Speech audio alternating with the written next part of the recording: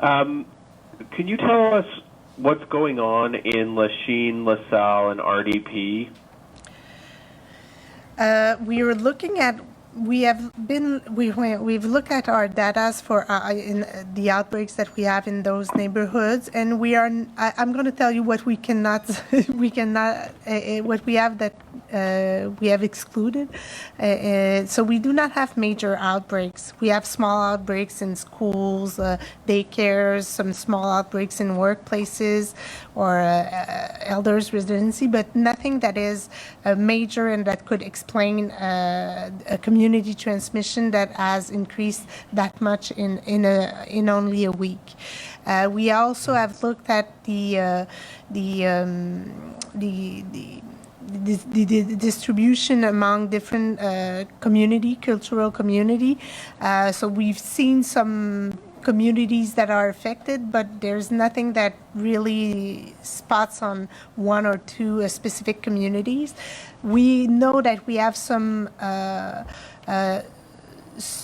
sectors in those neighborhoods where we have more density of cases, and this is why we've asked the community organization, and we're working with the CIUS to make sure that we do outreach in those communities adapted with their language to make sure that they go and get screened. And it's going to be a good way also to do our backward tracing, because we're going to try to find in those neighborhoods if there is community activities that have that could explain. But at this time, with the data that we have, we just are not able to have a specific explanation. And besides contact tracing, are you going to do anything to deploy anything to try to stop the progression in those neighborhoods, especially it's the same. Lachine?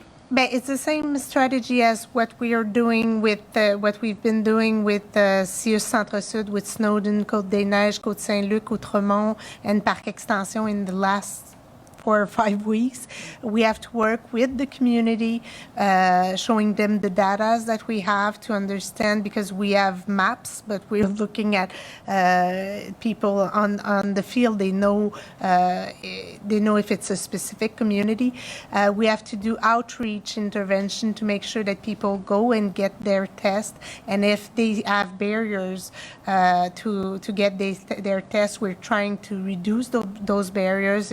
Some people are scared of the test. Some people do not understand where they can have it. They think it's not, they have to pay for it, or they are scared of losing their job afterwards if they're sick and they have to leave for 14 days. So it's all those barriers that we have to work and we are doing so with people in the field.